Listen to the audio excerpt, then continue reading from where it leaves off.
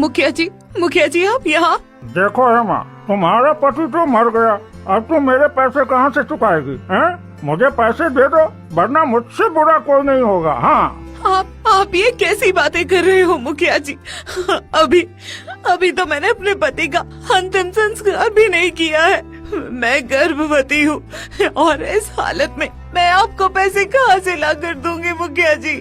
ठीक है, मैं तुम्हें 10 दिन का वक्त देता हूँ और 10 दिन के अंदर मुझे मेरे पैसे चाहिए, नहीं तो देखना तुम्हें इस घर से निकाल दूंगा। हाँ, नहीं, भगवान के लिए ऐसा मत करना मुखिया जी। मैं अपने पेट में बच्चे को लेकर कहाँ जाऊंगी?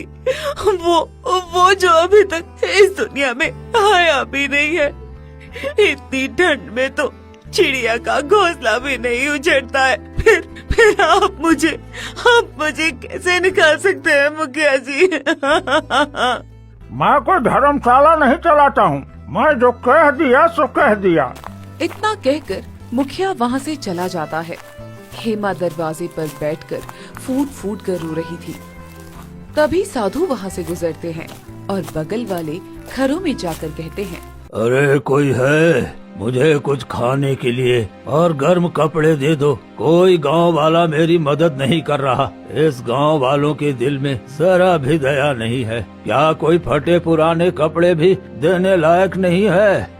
साधु ये कहकर वहीं पर खड़े रहते हैं। तभी हेमा ये बात सुन लेती है और फूट कर जोर से रोने लगती है। भला ये दुखियारी औरत कौन है जो मेरी बात सुनकर इतनी फूट कर रोने लगी? साधु पास में खड़े एक गांव वाले के पास जाते हैं। अरे बेटा, वो औरत कौन है जो इतने दुखी होकर रो रही है? भला क्या विपत्ति है उसके ऊपर? अरे साधु जी, इसकी तो बहुत बुरी हालत है। इसका पति ठंड से मर गया और ये घर भी गिर भी है। अब इसका घर भी कुछ दिन में छिन जाएगा और ये गर्भवती भी है। इसकी हालत क्या बताएं। अरे आप तो ज्ञानी हो महाराज, जाओ इसकी गरीबी खत्म कर दो। सभी गांव वाले हंसने लगते हैं। साधु चुपचाप उसकी झोपड़ी के अंदर चले जाते हैं। अंदर जाकर साधु देखते हैं कि रघु मृत पड़ा था। हेमा रोते हुए रघु की चादर खींचकर साधु को दे देती है। अब तो मेरा पति मर गया महाराज। कम से कम ये चादर किसी और की जान तो बचा ले। मैं इसे अभी खरीद कर लाई थी, तब तक मेरे पति तो मर गए। भगवान ने तो मेरी झोली खाली कर दी। अब और क्या बचा है मेरे पास? मेरे इस बच्चे का भी क्या होगा जो इस दुनिया में अभी आया भी नहीं है? हेमा दोबारा जोर से रोने लगती है। साधु उसकी तरफ देखते हैं और उनकी आंखों में करुणा आ जाती है। साधु एक हाथ उठाते हैं और जोरदार आवाज में बोलते हैं, सुनो गांव वालों, तुम्हारे दिल पत्थर के हो गए हैं। तुमने एक दुखियारी गर्भवती औरत की मदद नहीं की। तुमने उसके पति को ठंड से मरने दिया। तुम लोग दया, धर्म, इंसानियत सब भूल चुके हो। इसलिए मैं तुम्हें श्राप देता हूँ कि आज से ऐसी कड़ाके की ठंड आसमान से उतरेगी कि तुम्हारा शरीर बर्फ की तरह जमकर सुन्ने पड़ जाएगा और हर सांस कोहरे की दीवारों में कैद होती जाएगी। साधु आकाश की ओर देखते हैं और मंत्र बोलते हैं। आसमान काला हो जाता है और भयंकर हवाएं चलने लगती हैं। आज से इस गांव पर भयंकर ठंड छा जाएगी। इतना कठोर जाड़ा पड़ेगा कि तुम सब अपने कर्मों की सजा खुद भुगतोगे। हे बेटी, तेरे आंखों से गिरे हर आंसू का फल तुझे वरदान के रूप में मिलेगा। तेरे जीवन में अब अंधेरा नहीं रहेगा। भगवान तुझे सुख, समृद्धि और सम्मान देंगे। हेमा रोते हुए साधु की ओर देखती है। महाराज मेरे गांव वालों को माफ कर दीजिए। शायद उन्होंने गुस्से में गलती की है। बेटी, दया तेरे अंदर है, लेकिन ये श्राप उनके दिलों में दया जगाने के लिए है। अब सबक मिलने के बाद मैं स्वयं आकर इसे खत्म करूंगा और अब तुझे वरदान देने वाला समय आ रहा है। मैं तुझे एक ऐसा वरदान दे रहा हूँ। गांव के लोग ठंड से मरेंगे और तुम्हारे घर में ठंडी में गर्म और गर्मी में ठंड रहेगा। तुम अपने पति को विदा कर दो। अब भगवान तुम्हें नई राह दिखाएंगे। साधु वहीं से गायब हो जाते हैं और उनके गायब होते ही उसकी झोपड़ी में गर्माहट हो जाती है, जैसे ठंड का मौसम खत्म हो गया हो।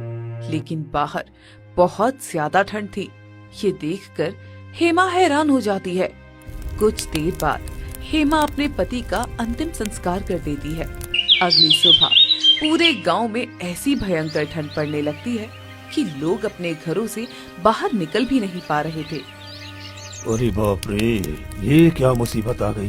सुबह तो मौसम ठीक ही था, अचानक ऐसे ठंड कैसे बढ़ गई। ओहो हो, अभी तो जनवरी भी नहीं आया है और अभी से शरीर पत्थर हो रहा है। क्या तुमने भी इतनी ठंडी महसूस की है?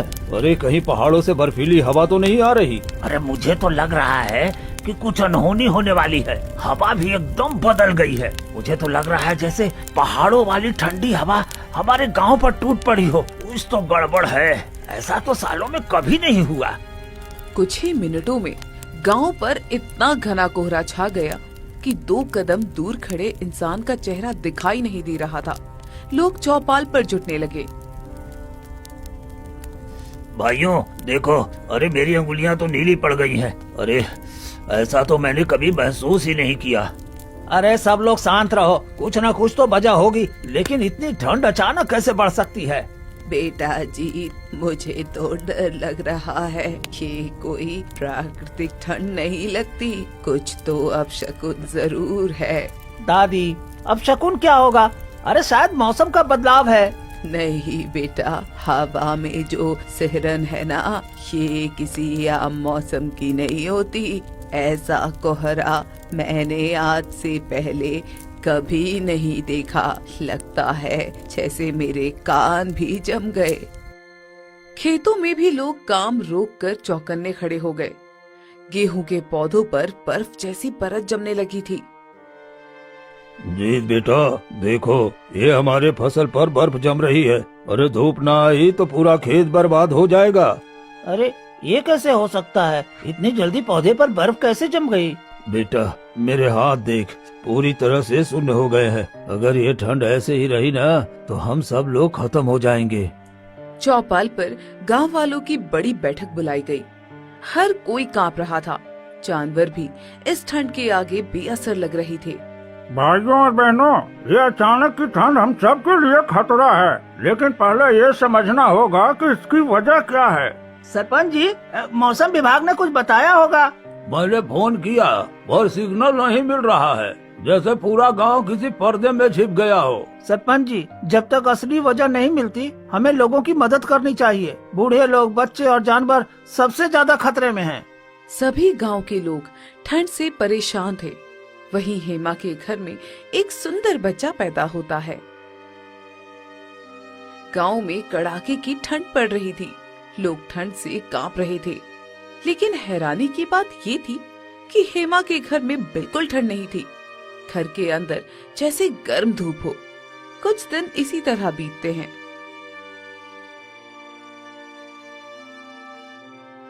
एक सुबह गांव की औरत लक्ष्मी पानी लेने जा रही थी। उसे हेमा के घर से बच्चे के रोने की आवाज सुनाई देती है। वो दरवाजे पर जाकर अंदर झांकती है। हे भगवान, ये क्या? यहाँ तो बिल्कुल भी ठंड नहीं है। अंदर तो गर्म हवा चल रही है। ये कैसे हो सकता है? पूरे गांव में लोग ठंड से मर रहे हैं और यहाँ गर्मी है। ये कैसे हो सकता है? लक्ष्मी घबराकर दौड़ती हुई गांव वालों को बताने जाती है।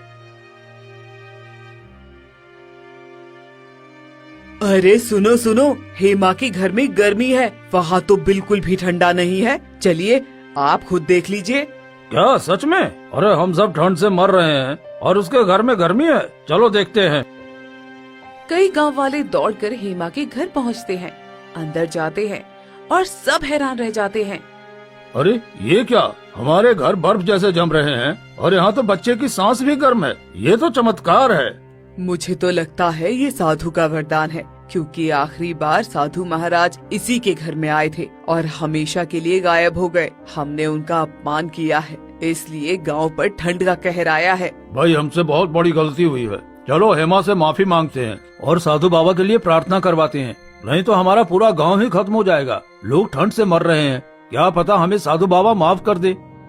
इतने में हेमा वहाँ आ जाती है। आप सब मेरे घर में क्या कर रहे हैं? क्या हो गया? कोई दिक्कत है क्या? सभी गांव वाले हेमा के सामने हाथ जोड़कर गिड़गिड़ाने लगते हैं। हेमा बहन, हमें माफ कर दो, हमसे बहुत गलत हुआ है। साधु महाराज से कहो हमें माफ कर दें। हमारे घरों में बच्चे ठंड से रो रहे हैं, हम बहुत पछता रहे हैं, कृपया हमारी मदद करो।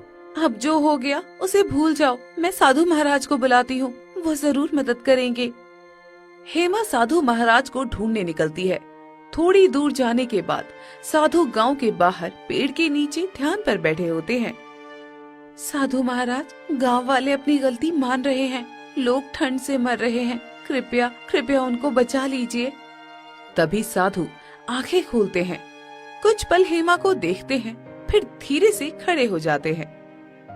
हेमा, तुम्हारा दिल साफ है, तुम्हारे आंसू सच्चे हैं। चलो देखते हैं क्या बदला है उनके दिल में। साधु गांव की ओर चलने लगते हैं। रास्ते में चलते हुए बोलते हैं, मनुष्य जब तक दर्द नहीं सहता वो दया की कीमत नहीं समझता। इन लोगों ने घमंड में आंखें बंद कर ली थी, इसलिए प्रकृति ने इन्हें सजा दी। अगर सच में इनके दिल बदल गए हैं तो मैं इन्हें माफ कर दूंगा। गांव के लोग साधु को आता देखकर रोने लगते हैं। सब दौड़कर उनके सामने हाथ जोड़ लेते हैं। साधु महाराज, हमें माफ कर दीजिए, हमसे बहुत बड़ी गलती हो गई। हम अब कभी किसी गरीब का अपमान नहीं करेंगे। हमसे हमारा जीवन मत छीनो। हम सच में पश्चाताप कर रहे हैं, हम ठंड से बहुत परेशान हो गए हैं। हाँ हाँ साधु महाराज, मुझे भी माफ कर दीजिए। मैंने आपके साथ बहुत ही रूठा व्यवहार किया था और मुझे ऐसा नहीं करना चाहिए था। हम सबको माफ कर दीजिए और अपना ठंड का कहर हटा लीजिए हमारे गांव से साधु महाराज। अगर तुमने अपना दिल साफ कर लिया है तो ये ठंड तुम्हें नहीं सताएगी। तुम गांव वालों को एक दूसरे की सहायता करनी होगी, जरूरतमंद की देखभाल करनी होगी। फिर साधु आसमान की ओर हाथ उठाते हैं। हे प्रकृति माता, इन मनुष्यों पर दया करो, इनके घरों में गर्मी लौटा दो, इनके जीवन की रोशनी वापस कर दो। अचानक आकाश चमक उठता है, बर्फीली हवा रुक जाती है, ठंड कम होने लगती है। लोग खुश होकर भगवान का नाम लेने लगते हैं। साधु महाराज की जय, हेमा बहन की जय। गांव में फिर से जिंदगी लौट आती है। लोगों के दिलों में दया और प्रेम वापस आ जाता है और हेमा का घर हमेशा गर्व और खुशियों से भरा रहता है।